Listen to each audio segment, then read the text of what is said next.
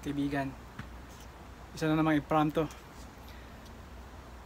Sa nakaraang kong video, meron akong inimongkahi sa inyo na isa sa mga kailangan ninyo kung meron kayong kotse, sasakyan dito sa Canada or North America. Ito ay ang tawag dito ay battery charger. Hindi lang ito nagcha-charge, kundi ito ay nagme-maintain ng baterya ninyo at maaari rin itong makapag-repair ng inyong baterya kung sakali mang kailangan ang baterya nasisira rin o nagiging hindi efficient, hindi rin siya tumatakbo ng 100%. Sa pamamagitan nito, maaaring may balik siya sa dating pagiging bago niya. Pero may problema nung ito ay iniminungkahi ko sa inyo dahil ang ginamit kong sasakyan, yung aming isa sa mga meron kaming sasakyan na D8. Ang ibig sabihin ng D8, malaking makina, malaki rin ang baterya. Full size ang battery niya at ang kapasidad nito ay 2 amps lang ang binibigay na karga sa baterya. Ang ibig sabihin nito, mag-work pa rin ito sa baterya namin, pero sa nangyari sa akin, ilang araw dahil meron din siyang parasitic draw. Kaya napakatagal niyang nag-charge. Ngayon, pwede ko siyang i-jump start, pero ang gusto kong gawin ay yung slowly charge. At hindi ubra sa akin yun. Ngayon, ang sagot doon, kumuha ako ng isa pa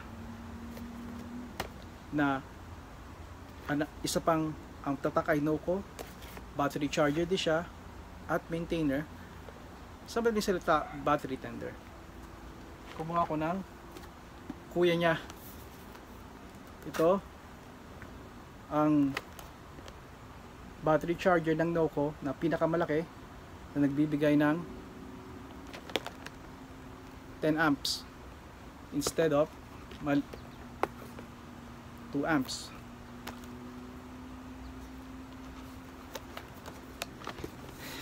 Again, impromptu. Kita niyo yung pagkakaiba nila. Ngayon, hindi ko ito isasoli sa kadahilanan na ang aming mga sakyan may mga laging nakapark din, naiiwan dito sa driveway.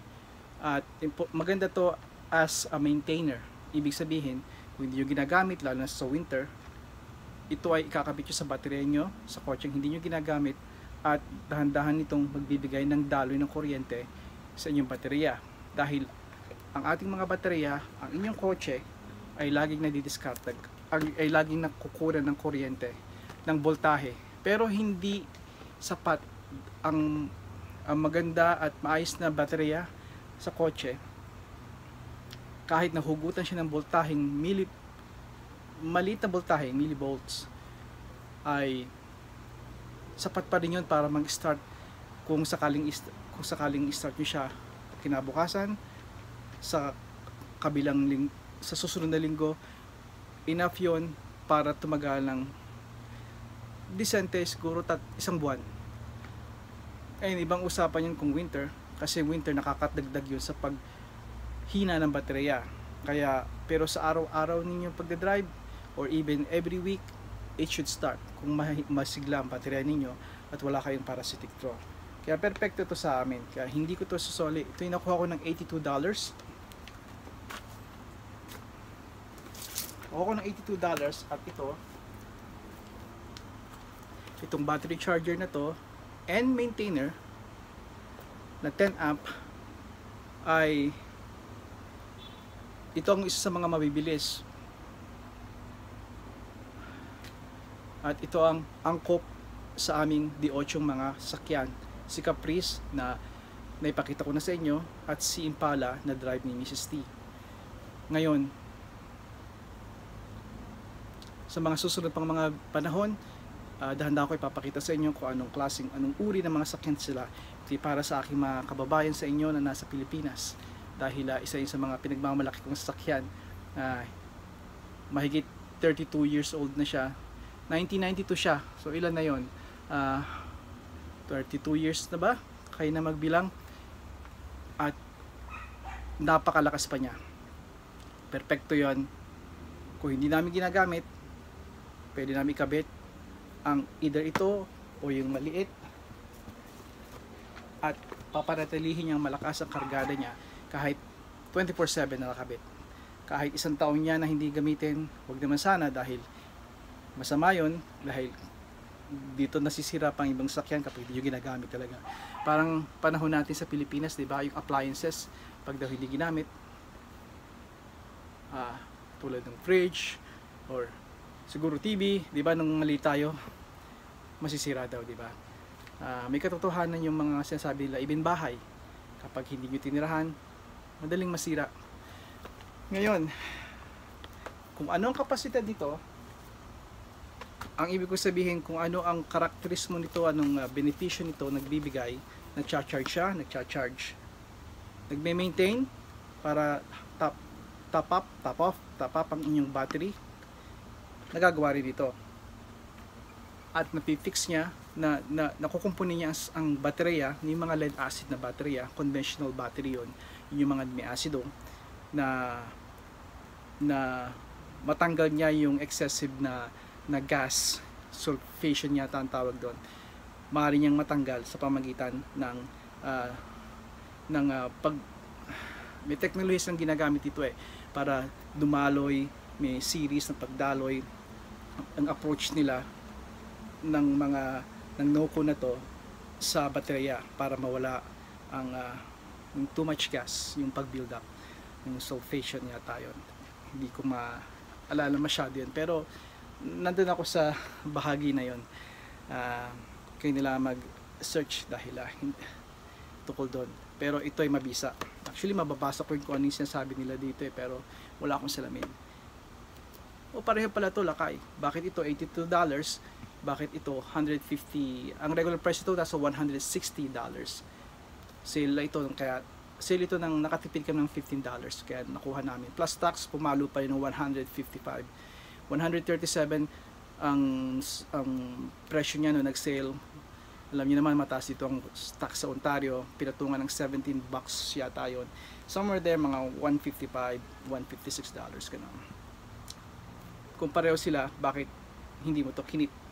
Dahil nga sa naunang sinabi ko, mas angkop ito sa mga malaking sakyan, full size na battery. Kaya ito ang idea, ito ang tama para sa amin. Kikip ko pa rin sila, pareho sila ng teknolohiya. Ang pagkakaiba lang, mabagal, mabilis. Pwede ito kung meron kayong maliit na battery ng inyong maliit na kotse.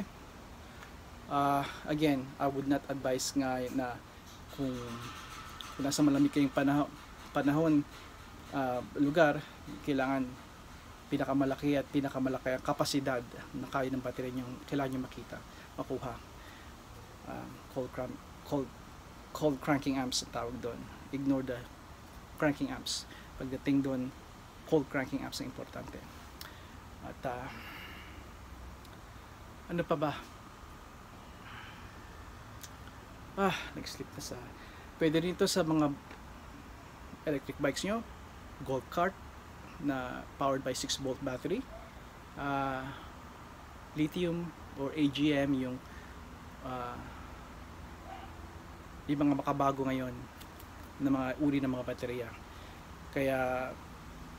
Kaya basta ang pagkakaiba nila ay size. Sanay na kayo sa akin dahil ang aking halos napakarami, lahat ng aking video ay impromptu, meaning hindi ko to pinag-isipan, nasa utak ko. Problema pag nasa harap ko kayo, pag nasa harap ako ng camera, kung ano na yung pumapasok sa utak kong mga impormasyon, minsan napakarami pero hindi ko may sabi lahat at naiwanan yung ibang mga minsan importante yung mga bagay, pero i-review ko naman to at sinasabi ko okay na yan. Bawat video ko hindi ko basta ina-upload, tinitingnan ko rin, at hindi ako 100% masaya pero kadahilanan na yung panahon, oras, at gusto ko may pahit sa inyo. Sabi kong disente naman, I think makakatulong pa rin yun. Itong gusto ko iparating sa inyo mga kababayan ko, lalo mga darating ang fall at darating na muli ang winter, kailangan nating maghanda. Hindi ito katulad ng battery booster, iba yon. Battery boost o jump start, magkaiba yon. Ito yung pag-charge. Kailangan nyo ba talaga to? Hindi. Ay anak, dali, give me. Okay. Stay there, 20 seconds. Dito na si Juniorita at magpapalab na ako. Pa-follow po na siguro to, kaibigan. Hanggang sa muli. Padayon. Alright, tapos na ako anak. Ano yun? Oh, we're gonna eat now. Okay, we're gonna eat. Okay. Salamat anak.